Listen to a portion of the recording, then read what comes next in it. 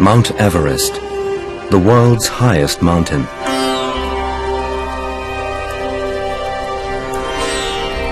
Every year, hundreds of climbers, both professional and amateur, successfully reach the top. At any one time in the climbing season, there are over 1,000 people making the attempt. Behind virtually every endeavor lies the support and expertise of the Sherpas, the unsung heroes of the mountain.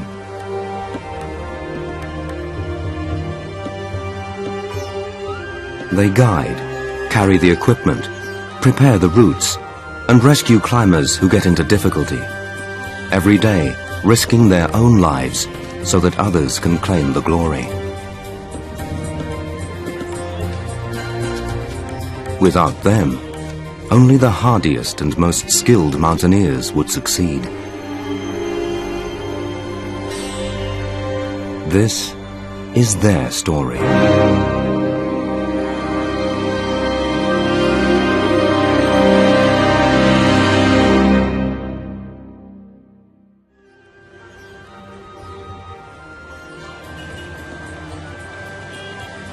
Kathmandu, Nepal.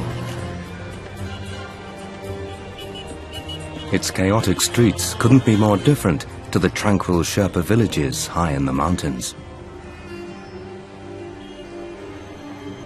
It is the home of Nima, who hopes to give his children a better future in this overcrowded city.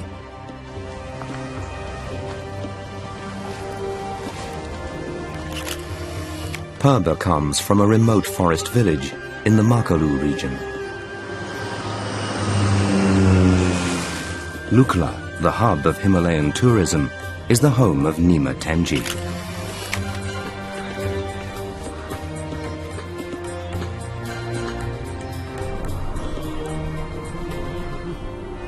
Gelu Sherpa is less typical. He spends the peak climbing season in the Himalayas, but seeks work in Austria and Germany during the summer and winter months.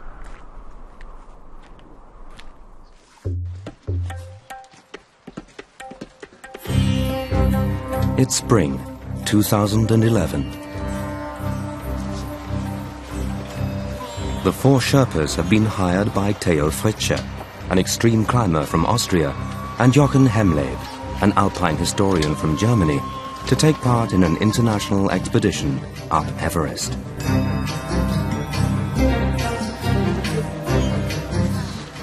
To prepare for the ascent of Everest, the team sets out through the villages of Nepal's Solukhumbu district. Everything must be carried on foot.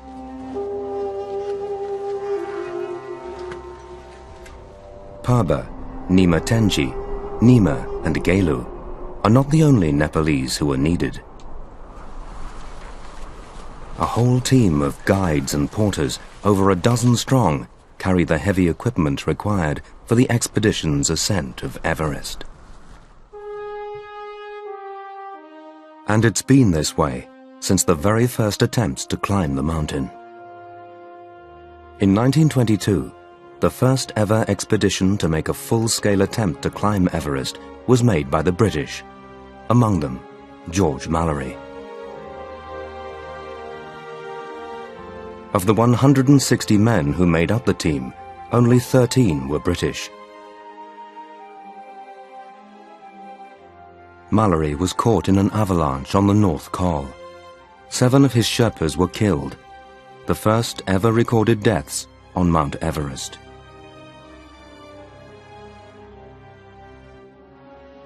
Two years later, the team tried again. This time, with Mallory was Oxford student Andrew Irvine.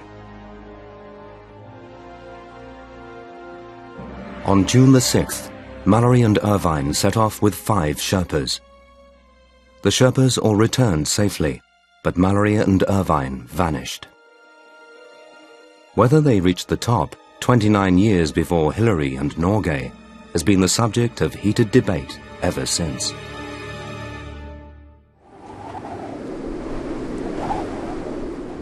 To try and establish the pair's fate, In 1999, an international expedition set out to locate their bodies. Among them was Jochen Hemleb. On the very first day, a mummified body was found on a steep slope. It had to be Irvine or Mallory. A clothes tag brought certainty. Here, wait, this is George Mallory. Really? George Mallory. Oh my God. See that? George Mallory. Oh my God. The search continued, but the team were unable to locate Irvine's body. In 2010, another expedition launched the search for Andrew Irvine. It was led by Theo Fritsche, a highly experienced mountaineer who has climbed 5 of the 14 8,000-meter peaks, and once again, alpine historian Jochen Hemleb. Many believe that Mallory and Irvine were unable to overcome the most difficult part of their route, the so-called second step, a 40-meter face at 8,600 meters. However, our expedition member Theo Fritsche climbed that passage solo, without rope, in 2001. He thinks that this must have also been possible for Mallory and Irvine. Fritsche wanted to establish whether Mallory and Irvine could have reached the summit with only the equipment that was available at the time. In 2001, I approached Everest in simple clothing, with just an emergency down jacket in my pack and no additional oxygen. I wanted to climb the mountain with fair means.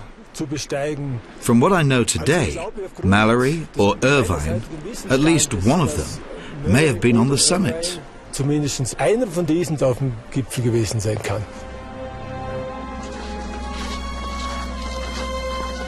The 2010 expedition failed due to bad weather. Now, just 1 year later, Theo Fritsche and Jochen Hemleb are taking another shot. And it is for this reason that they have hired Perba, Nima Tenji, Nima and Gelu. The 4 Sherpas will search for Irvine's body near Everest's peak. The history of the Sherpa people on the south side of the Himalayas goes back some 500 years. The literal meaning of Sherpa is the people from the east. A nomadic people, 4 different groups migrated from the highlands of Tibet into today's Nepal, where they settled at the foot of these 7,000 and 8,000-meter mountains.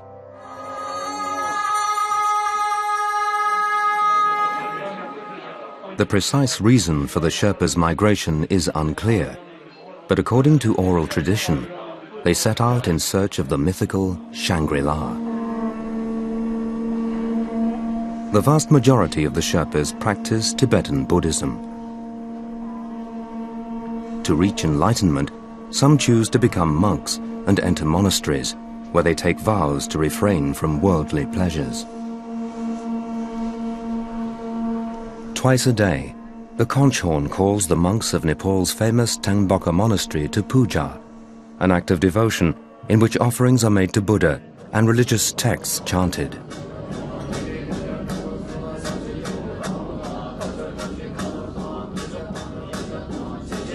Young boys enter the monastic community at the age of 5 or 6. They will live a life of abstinence and austerity and spend many hours in meditation.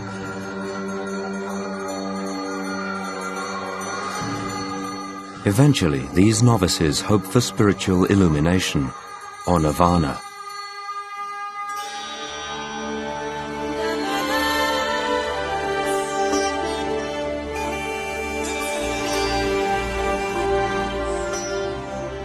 The Sherpa word for Everest is Komolungma, goddess mother of the world.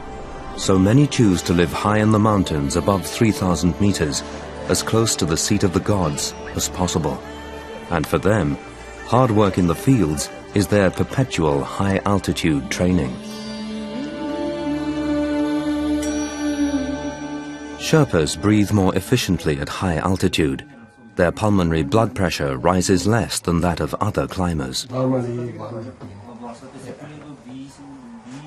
Scientific studies have found that Sherpas have at least 10 genes specifically adapted to high-altitude living. At 4,000 meters, the reduced air pressure provides 40% less oxygen than at sea level. This can lead to an accumulation of fluid in the lungs, which results in high-altitude sickness and death. But the Sherpa's genetic structure reduces these effects at high altitudes. This makes them invaluable for any attempt on Everest.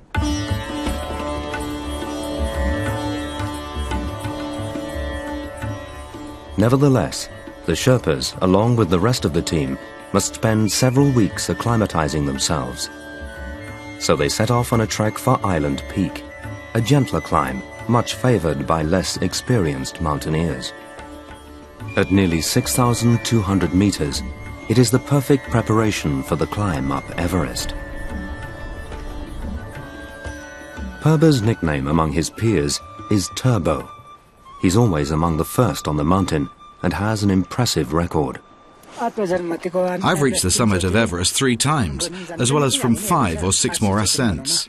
I've also stood on Annapurna 4 times, on the Barunsa, the Makalu, and on many peaks along the Indian and Pakistani border, and on Manaslu.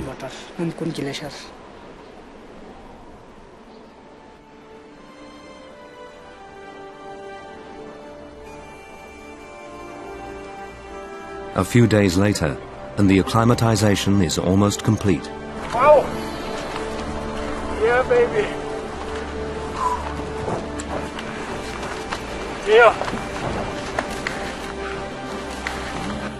As they reach Renjo Pass at 5,300 meters, they get their first glimpse of Mount Everest itself.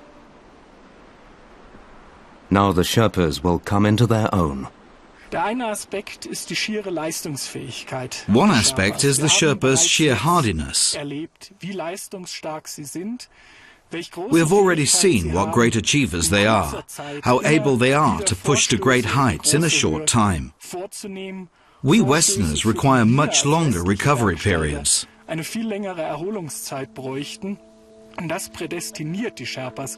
Sherpas are pre-adapted for our mission because they have the ability to exploit brief windows of fair weather.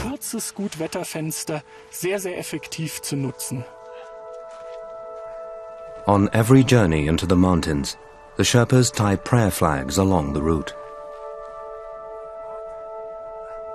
The flags are to seek divine blessing, spread compassion, and bring good luck to the expedition.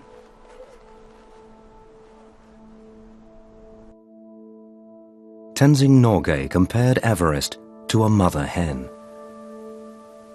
For Sherpas, climbing Everest has nothing to do with personal glory. It's more an expression of their religious beliefs. To reach the summit of the mountain is merely a way to draw closer to the 5 Buddhas represented by the prayer flags. In Buddhism, the path to enlightenment requires complete compassion and selflessness. For a Sherpa, this translates to guiding others safely up the mountain and back again, regardless of the danger to themselves.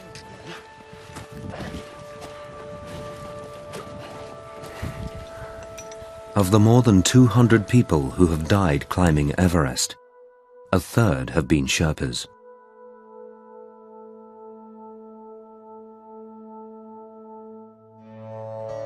The main Everest climbing season lasts for just a few weeks in the spring, just before the monsoon season.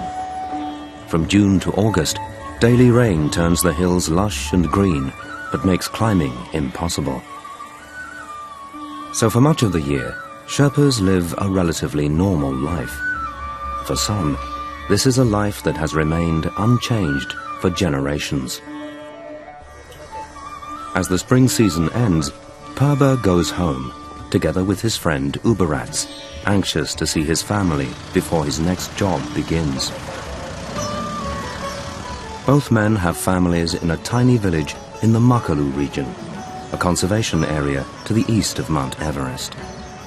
But getting there is a 4-day walk, and it's only for the first few kilometers that the pair can hope to hitch a ride.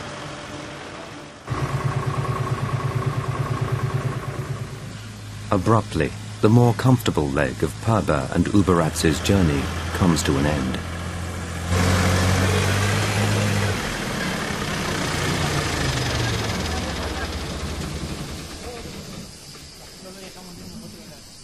Now they must continue their journey on foot.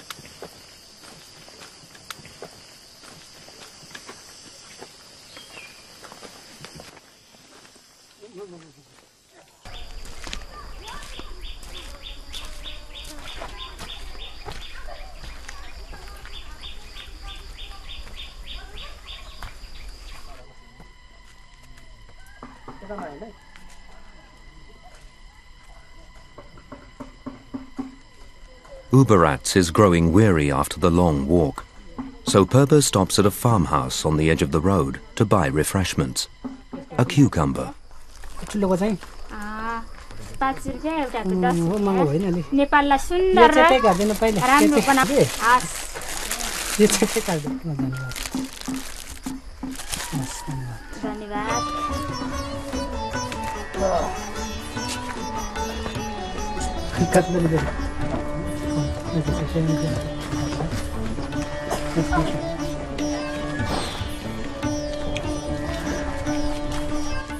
Refreshed, they can continue their journey homeward.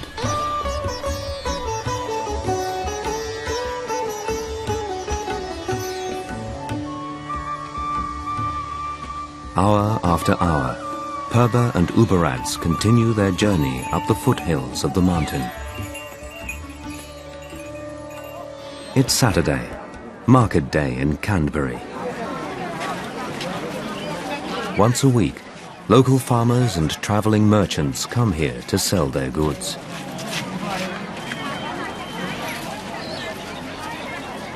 Rice flakes, various types of vegetable and potatoes are all on offer. Even piglets in handy baskets.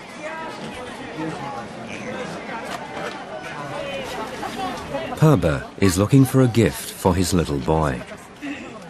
It's the last big market on his way home, but it's still 2 days from his village.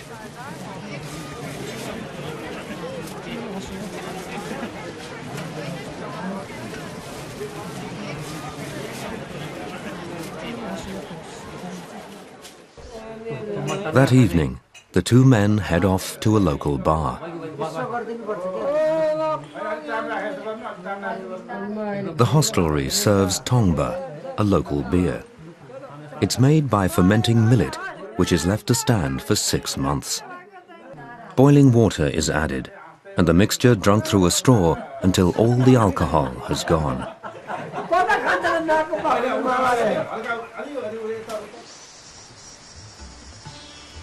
Next morning, they continue. Higher up now, the land changes. The soil is too poor for rice, so the farmers grow corn and sorghum, a type of grass grown for its edible grain. Sorghum is one of the staple sources of nutrition and is used to make bread. But it has another use. From it they brew the tongba that Perba so enjoyed the night before.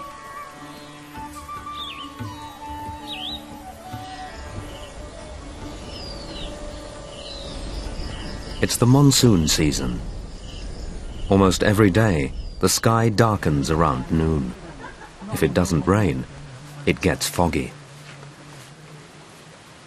Mothers take advantage of the shade.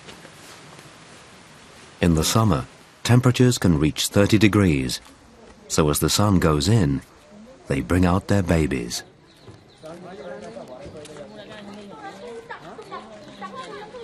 By now, Perba and Uberatz are only a day's walk away from home. In the heavy rain, they meet men from their village.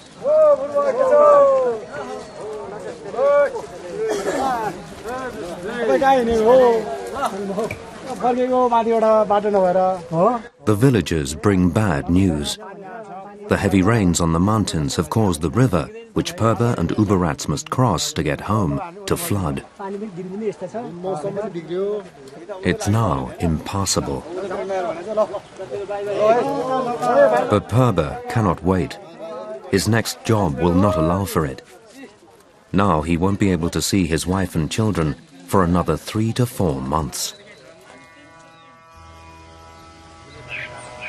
So instead, Purba decides to visit his uncle, who lives on this side of the river. But to get there, he has to cross one of the last few patches of mountain forest. Illegal smuggling of timber to India is endemic, and as a result, Nepal's forests are declining rapidly.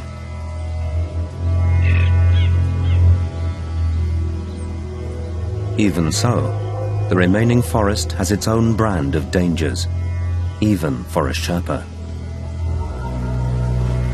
It's full of leeches, waiting for a blood donor.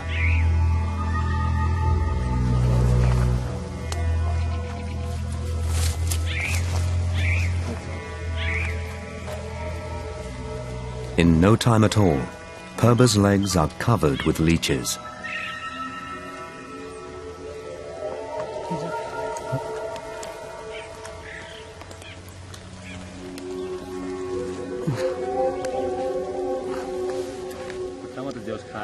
So, with a fern frond, he tries to stop the bleeding, then quickly moves on.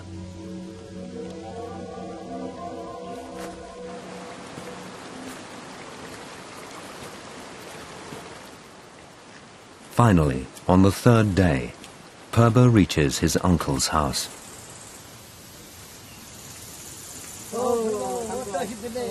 Time to say goodbye to Uberats, who will wait by the river until the waters recede.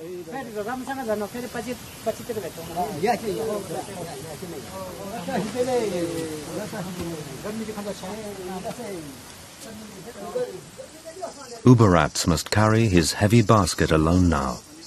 Up in the mountains, it's the only way to transport goods. Even the sick have to be carried.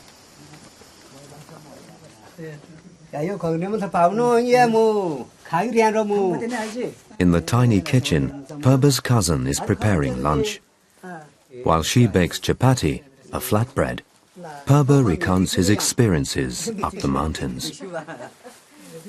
Unable to get home to his family, he has little choice but to leave his things, especially the money he has earned as a guide, with his uncle until his wife can come and get them. His cousin prepares the traditional dish of dal bhat, rice served with lentil soup and a vegetable curry. It's the staple diet of the Nepalese, and in its many variations, eaten twice a day.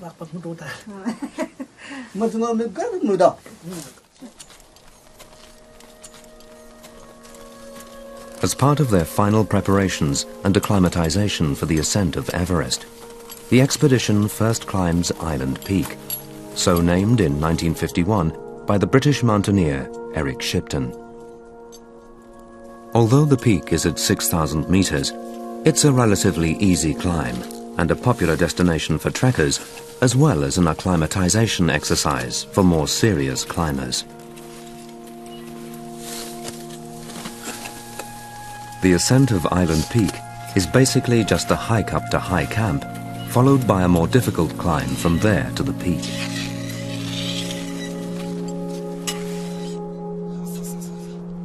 It's little more than a walk in the park for a Sherpa like Nima Tenji. Everest presents a much tougher challenge. But as with all Sherpas, his client's safety is paramount, regardless of any risk to himself. I've been working in the expedition business for 8 years now. Since 2004, I have climbed Mount Everest 6 times from the Tibetan side and twice from the south. On Shisha Pangma, I was twice. In our work, it's important to not just get our clients to the top, but also safely back down.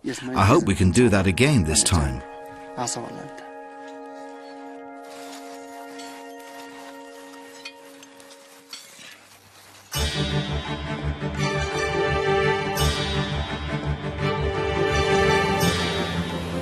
All attempts on the southern route up Everest start in Kathmandu, and from there fly to Lukla. The airport is arguably the world's most dangerous. At the north end of the runway are mountains, and at the other end a 600-meter drop into the valleys below.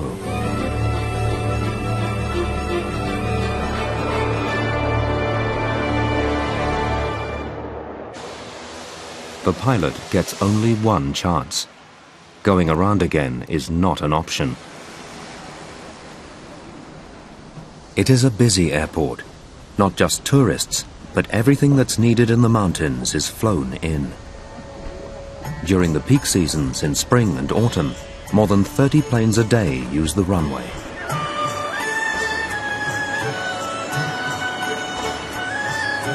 Construction of the airport was initiated by none other than Sir Edmund Hillary.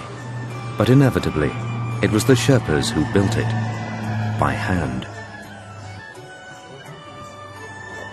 Just south of Lukla is Nima Tenji's home, but with few roads, it's a 2-day journey on foot. Lukla is the gateway to Everest. Porters crowd the streets, eager for the custom of its endless stream of tourists. Here, modern tourism comes face to face with the harsh realities of life as a Sherpa. In the absence of roads and trucks, building materials are procured by hand. But as a well-established mountain guide, Nima Tenji is wealthy enough to avoid such back-breaking work.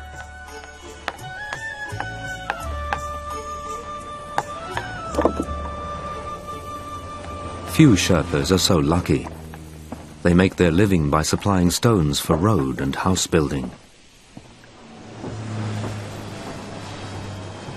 Nima Tenji continues his journey homeward. No roads, steep valley floors. Life is hard here. Young calves or yaks cannot be left outside to graze as they do in more gentle terrain, and it's usually the women who fetch fresh forage for the young animals. In Solukhumbu, as in Purba's home in Makalu, every square foot of soil is used to grow food.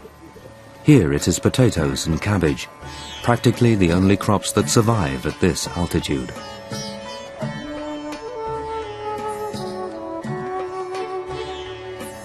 Around noon, clouds build on the flanks of the Himalayas. Even near the end of the monsoon season, it rains almost every day. Although the Sherpas now have modern thermal clothing, still their most important piece of equipment is the humble umbrella.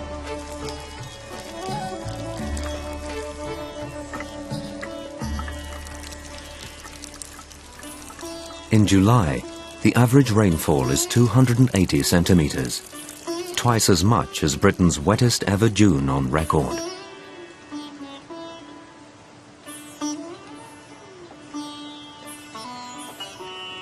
Whether climbing mountains or at home in their villages, the Sherpa people have learned to live with extreme weather.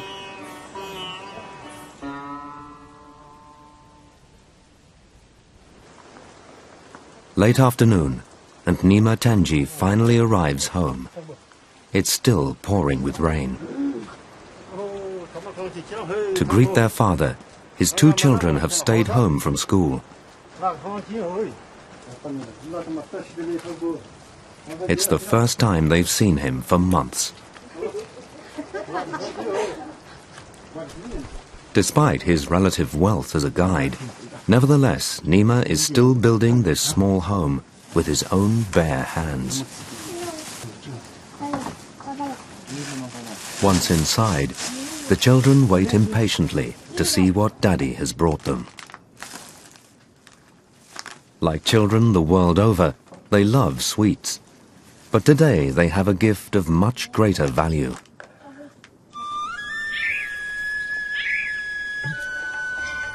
Next day, the new red umbrellas are carried to school. It's a long journey, especially for one so young. The children have to walk downhill for 2 hours. But the way home takes half an hour longer, making their daily commute a 4.5-hour round trip.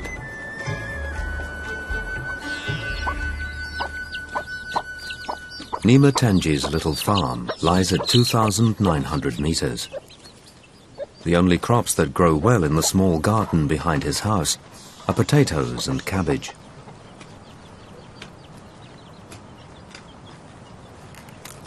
During the few months Nima Tenji spends at home, he helps his wife Futi. The rest of the time she looks after the family in the fields on her own. With no shops a Westerner would recognize, the family has to store their year's supply of potatoes. Nima can only hope they will last through the winter. But life is not always unremittingly hard work. While Futi looks after the children and prepares dinner, Nima Tenji takes the opportunity to visit nearby Pangom Monastery. But today is not a day of meditation and prayer, but one of celebration, a curious blend of ancient tradition and modern Western culture. First, the Sherpani perform their traditional dance. Then it's time to get right up to date.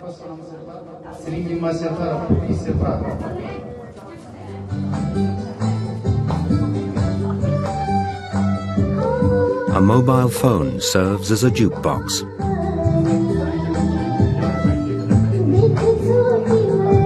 First, the children perform a dance.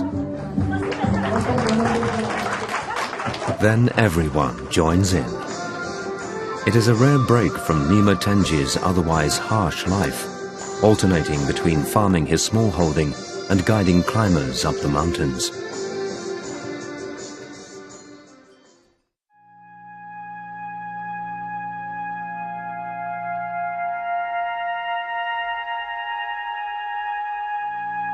The expedition has reached North Base Camp in Tibet. This is the first stage of the northern route up Mount Everest, and the one taken by Irvine and Mallory. Vehicle access is possible here, unlike South Base Camp. Supplies are brought in by truck, then transferred to yaks for the onward journey up the mountain. The third Sherpa, Nima, supervises the loading of the yaks for the next leg of the climb. It will take them to the base of the North Col at 6,400 meters.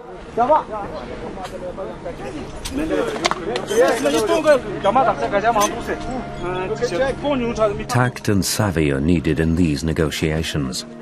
Every time they weigh the loads, the Tibetan aides come up with different results. Finally, all the pieces have been weighed and all differences cleared up. Now the yaks can be loaded for the ascent to the ABC, the advanced base camp. As always, the Sherpas will look after their clients well during the ascent. A complete kitchen, including gas bottles and food for a month, is loaded, and the yak caravan sets off.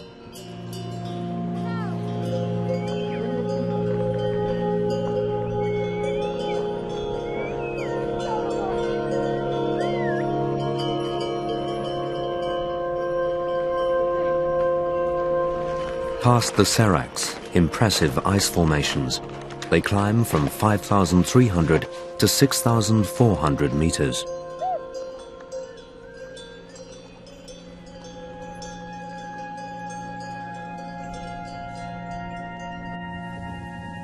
Once there, the Sherpas will set up a camp where the expedition members will stay for around a month, depending on weather conditions. They will set up the tents, cook, and wash up for their clients.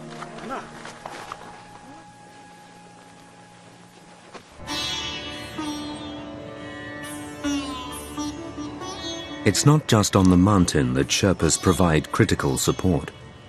To survive in such extreme conditions, months of preparation are needed.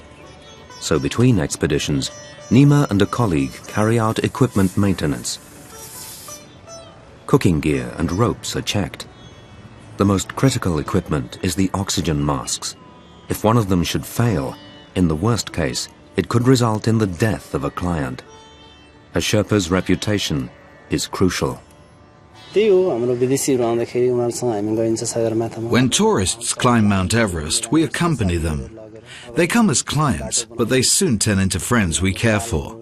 We make sure the path is safe. We look after the tents, the food, and most importantly, the oxygen bottles. When clients don't make it to the peak, we bring them back safely. They often come again, in the hope of a successful second try. Word gets around. When more clients come, we have a secure income.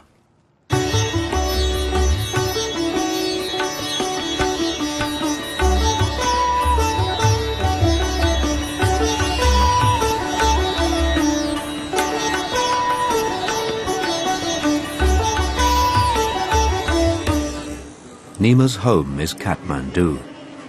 Its famous Tamil district, just a handful of streets covering about a square kilometre in a sprawling city of over 50 square kilometres, is a magnet for tourists.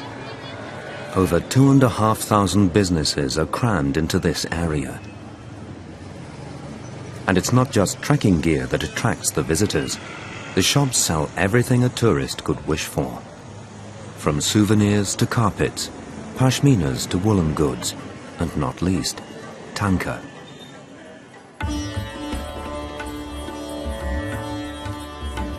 These intricate religious paintings depict Buddhist deities and are used both as teaching aids and as the center of rituals, which, through meditation, can bring a devotee further down the path to enlightenment.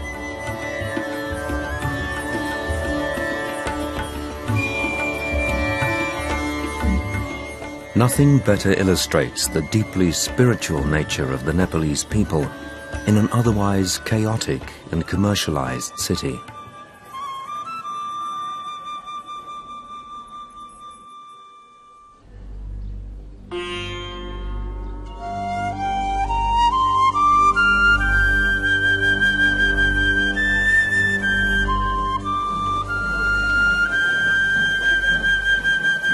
When the summer morning sun casts a golden glow over the city, it is the temples that are the first to come to life. The Swayambhunat, or Monkey Temple, is a paragon of peaceful coexistence of the major religions in Kathmandu. Both Buddhists and Hindus come here to honor their gods. Nima's return home is timely. His wife, Dolma, is pregnant, and the new baby is due any day now. So he prepares breakfast for their little son. It's an easy task compared to cooking halfway up a mountain. Traditional tsampa is served, fried barley flour with salted butter tea.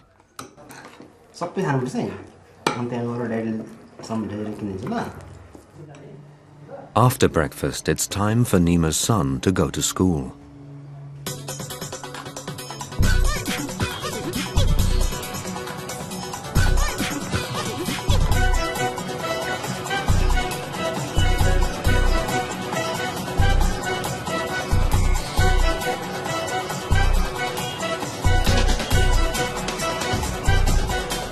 Unlike Nima Tenji's children, he doesn't have to walk for 4.5 hours. But in many ways, his journey is just as dangerous. The roads in Kathmandu are full of hazards. In the morning and evening rush hours, the city's crossroads are a nightmare. Getting around Kathmandu is no easy task either. Apart from riding a motorbike, the fastest way to get around the city is the tempo. These three-wheeled vehicles are found across Asia. Their exhausts choke entire cities.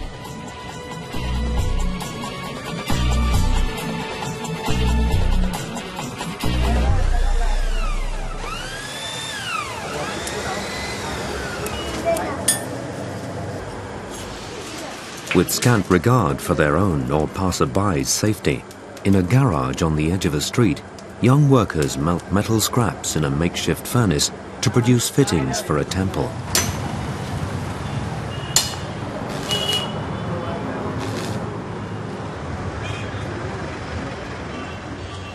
Hygiene doesn't feature too strongly either. Next door, salted wild boar meat is for sale. There is no limit to the pollution and noise. Nima is making one of his rare visits to the Tamil district.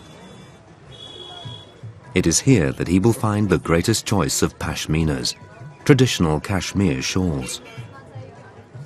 After his long months away, he is looking for a gift for his wife. Mission accomplished, in the afternoon he leaves the hectic city behind him and withdraws to the Pulahari monastery. Away from the hustle and bustle of the city, he seeks Buddha's blessing for the imminent birth of his child. He lights butter lamps and incense sticks, but he knows Buddha's blessing is not so easily attained. It is only through good deeds, compassion, and self-sacrifice that his wish may be granted. It is a principle all Sherpas bring to the task of guiding on the mountains.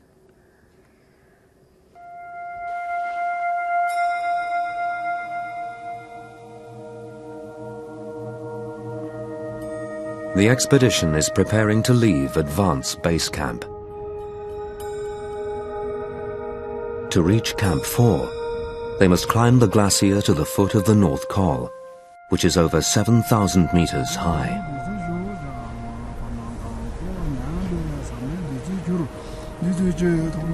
Before they set out, a lama recites prayers for protection, wishing good to all men and averting harm to the expedition members.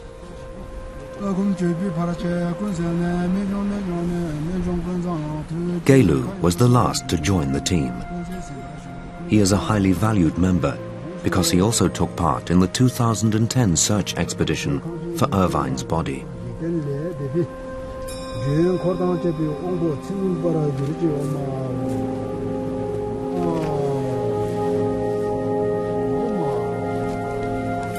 Figures made of ghee, butter lard, are placed among the rocks that bear an image of Buddha. Then the Sherpas hang prayer flags in all 4 wind directions. A handful of sampa completes the ceremony. This is a final supplication for protection.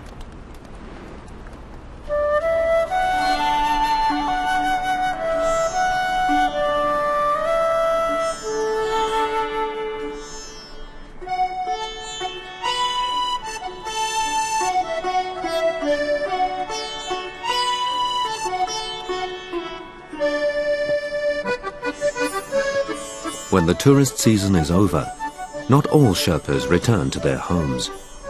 Some seek employment opportunities abroad to better support their families. Gelu is one of some 100 Sherpas who spend the summer in Austria.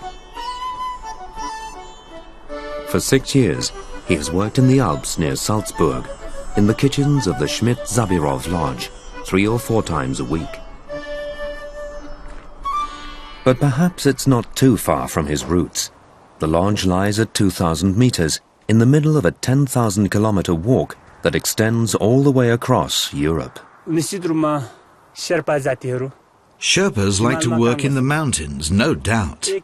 For many, that's their only choice. And once a Sherpa has worked in the trekking business, he never wants to work inside a building again. Most Sherpas work as mountain guides until they are 55.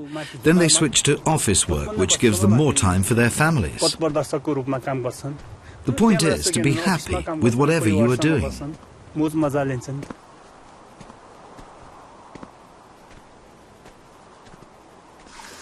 Hallo Gelo. Was anstrengend. Oh, Wahnsinn. Sehr heiß, gut war. Zu heiß und schwer. Dankeschön. Schön. Sind alles im Keller? Alles im Keller. Dankeschön. Gelu may be happiest outdoors and up in the mountains, But working in the lodge's kitchens has its benefits. Denke, dann haben wir's. Ja, haben wir nicht. Machst du fertig? Ja, mach ich. Danke. Weiter. Apart from the income it brings during Everest's off-season for guiding, the skills Gelo has learnt stand him in good stead when it is time to return home. In the tourist lodges at the foot of the Himalayas, these new skills can be used to further supplement his income.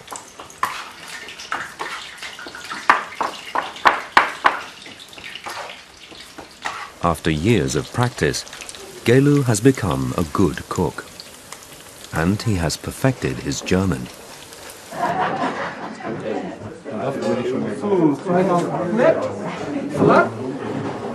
But it is up in the high mountains that Gelu really feels happiest.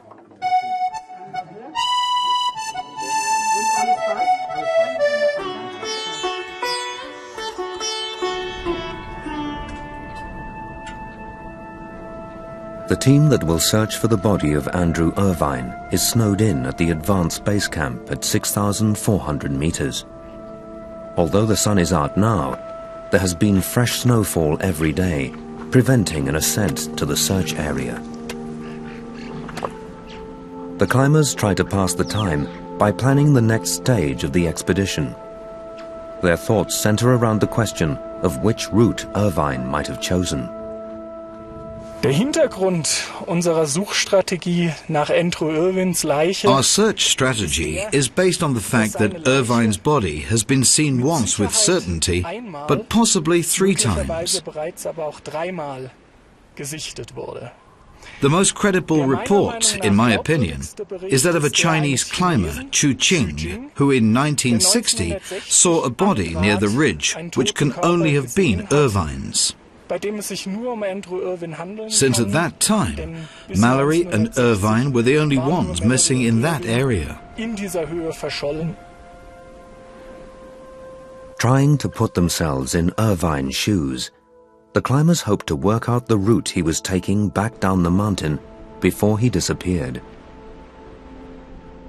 Also ich kann mir ganz gut vorstellen, aufgrund der Erschöpfung, aufgrund dessen, dass I can well imagine that, in a state of exhaustion, one could miss a correct turn and would then simply continue in the hope of finding a rock crevice. Dann gerade weitergeht in der Hoffnung, wenn man dann eine some rock crevice to spend the night, or just to survive. Noch zu übernachten beziehungsweise auch hier zu überleben. Mein Vorschlag ist, I suggest we climb up the normal route to the ridge, like we did last year. Then follow the ridge downward and search close to the ridgeline. Und dort möglichst dicht an der Gradlinie suchen.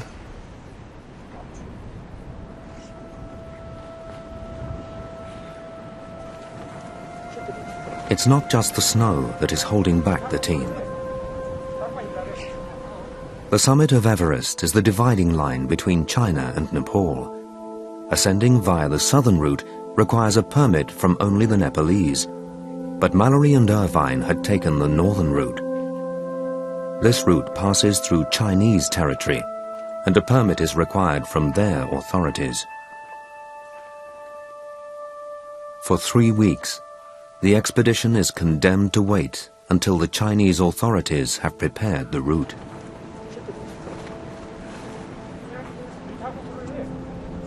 At long last, the wait ends, the weather clears, and the Sherpas can start for the North Col at 7,100 meters. Once there, they will set up camp with everything they need for the search.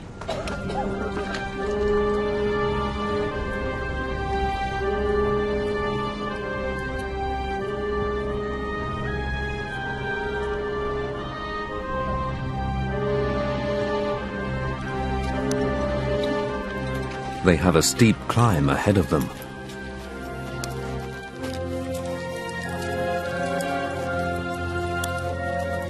But in spite of the altitude, the Sherpas move incredibly fast.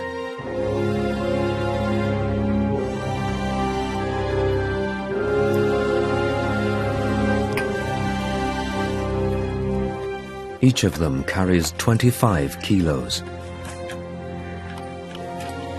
Regardless of the thin air and an ascent of 700 meters, they only take 2 hours.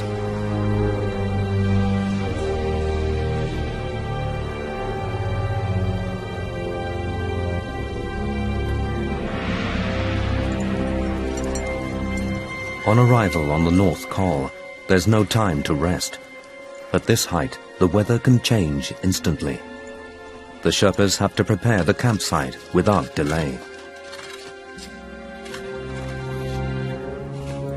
Around 7,000 meters, the camp is in a zone where it can be hit by jet streams. Although the sun is still shining, the first gusts of wind are making their work difficult.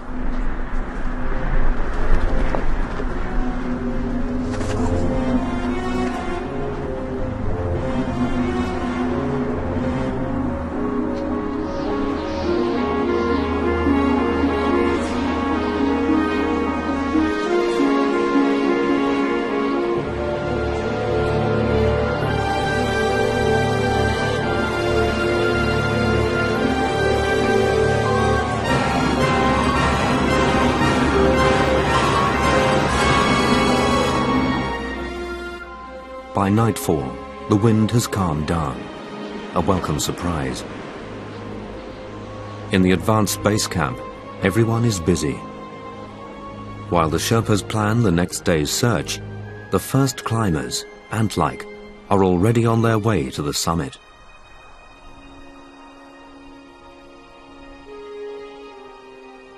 The new morning brings bright weather, but Charlie Gabel, the Austrian meteorologist, has warned the climbers of strong winds over the next few days.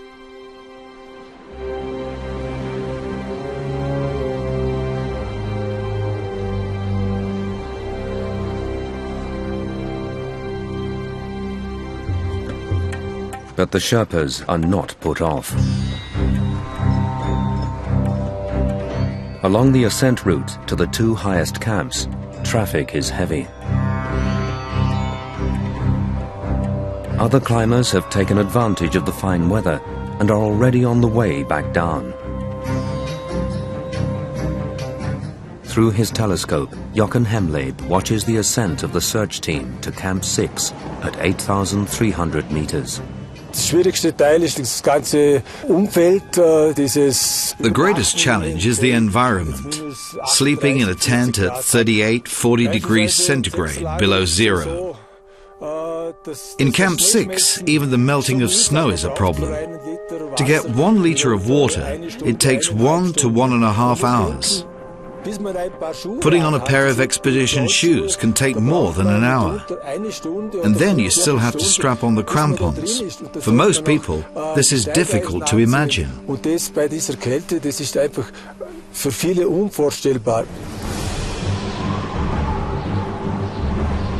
Kilo, von Theo, bitte kommen. Kilo, bitte kommen. Theo is trying to contact Gelu. But it soon becomes clear that the Sherpas have started a day too late. Piercing gusts and the biting cold force them back into their tents. Ich hab dich leider nicht verstanden, bitte antworten. Communication is all but impossible. Again, the wind drives in the fog, covering the mountain. But the Sherpas refuse to give up hope. Again and again, they discuss the search route. So it's very strong windy. With the wind is a little bit less, and we try to go off at 5. Just in time, the wind does calm down. The Sherpas set out for the search area at 8,500 meters. It's already their second day in the death zone. With only limited time left, they search the rocky, icy slopes, step by step. Wäre es möglich, dass ihr alle 4 zusammen den Grat absuchen würden? Bitte antworten. Following Theo's advice, the 4 of them focus on the ridge.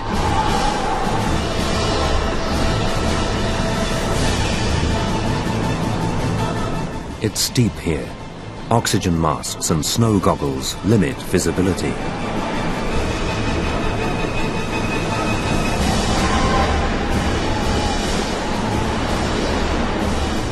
The four search for several hours. Then the storm starts up again and forces them back.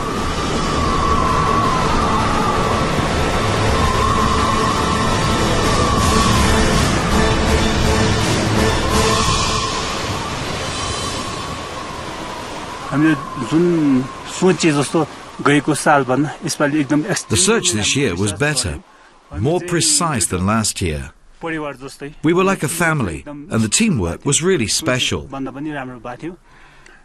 We have not found Irvine, but we have gained experience. One thing is clear, Irvine is not in this area.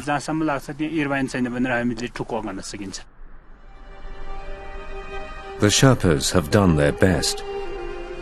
But with so many rock crevices and snow drifts to conceal a body, Mount Everest could hold its secret forever. The expedition over, the four Sherpas fade quietly into the background. After 6 months, Perber can finally see his little boy.